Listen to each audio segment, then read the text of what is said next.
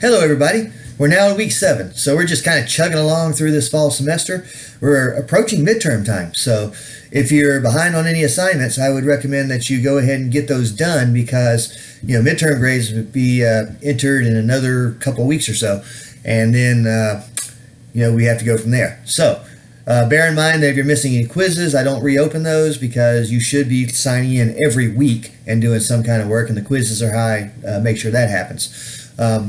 Unless you can prove to me you're in the hospital or something like that, in which case I would then make an exception, but it would have to be something extreme like that. But the essay boxes are always open, and they will be till the end of the semester. That doesn't mean you can wait until week 15 and submit 15 essays. What that means is that you got to get on it if you haven't done them. For those of you that have stayed caught up, great job. And we are now in the 7th week, in the 2nd week of the Victorian era. And this week, we're going to look at something that's extremely important and still has an impact on us today. And that is something known as the Industrial Revolution.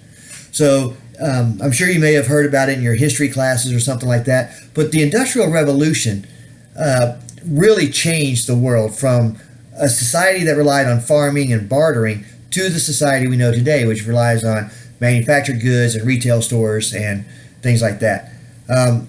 Listen, I do not want to live in a pre-industrial world. I like the fact that I can go to the grocery store and I can buy my own food. I like the fact that if I want to go across country, I can get on an airplane and be there in a few hours, or if I have to drive, it only takes a couple of days as opposed to being on a horse and taking weeks. I like the fact that I can teach this class over the internet now. And the Industrial Revolution was the first step that led to a series of steps, which now we live in a capitalistic, industrialized world. And we have what is now known as a world economy. But there is a downside to it.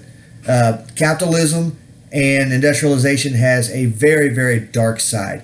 A side that has cost thousands, if not millions of people their lives, literally. And some of the abuses we're going to actually take a look at this week, particularly child labor. So as you read through Elizabeth Barrett Browning's poem, Cry of the Children, notice how these children are, they'd rather die than continue living a life where they have to work 15 hours a day in factories 6 days a week and not get sunlight, not get to play, and their parents can't comfort them. Take a look at what Peggy says about the conditions in the mines that she works in and how horrific they are, and how it was okay for bosses to actually spank and abuse children on the job site, and there was nothing the kids could do about it. And then that's not in the Elizabeth Barrett Browning poem. The Peggy story is actually in the report from the Children's Commission on Labor. So the two things work together, really. The Children's Commission on Labor was a detailed look at the abuses of employers on their child employees, and some of them as young as 5 years old. And then Elizabeth Barrett Browning read that, and she said, well, not many people are going to read this report, but Elizabeth Barrett Browning was actually a famous poet at the time. So she used her position as a famous poet to write Cry of the Children to get the message about the abuses of child labor out to the rest of society. And so one of the paper topics you can look at is comparing how those two work together to try to help bring about change. And some of those changes were made. Parliament had to pass laws outlawing child labor for any child under 10, I think it was. And, they limited the number of hours that children could work, stop the abuses, and eventually child labor would go away. But bear in mind, it does still exist today in some countries, not in the United States and not in England, but American companies are taking advantage of child labor in other places. So this is just as relevant today as it was back when Elizabeth Barrett Browning wrote this. The other poet we're looking at is Robert Browning. And that is Elizabeth Barrett Browning's husband. In fact, this is a case where Elizabeth Barrett Browning was a famous poet, and Robert Browning was an unknown, and he married her. And that brought him into the spotlight, and that made him more of a celebrity. So picture, if you will, a famous actress marrying an unknown actor, and then that actor, because he is so-and-so's husband, ends up getting parts, and the next thing you know, he becomes just as famous as she does, and they become a power couple. The Brownings were a power couple. What you're going to read from Browning is a poem called My Last Duchess. And My Last Duchess is what's known as a dramatic monologue, which basically means that you're hearing one side of a conversation. And this was a duke that was trying to work with a marriage broker. So back in those years, rich men and rich women would get hooked up together with a marriage broker, and these marriages were not all about love. These marriages were about financial gain, basically. And so, pay attention to what he's saying here.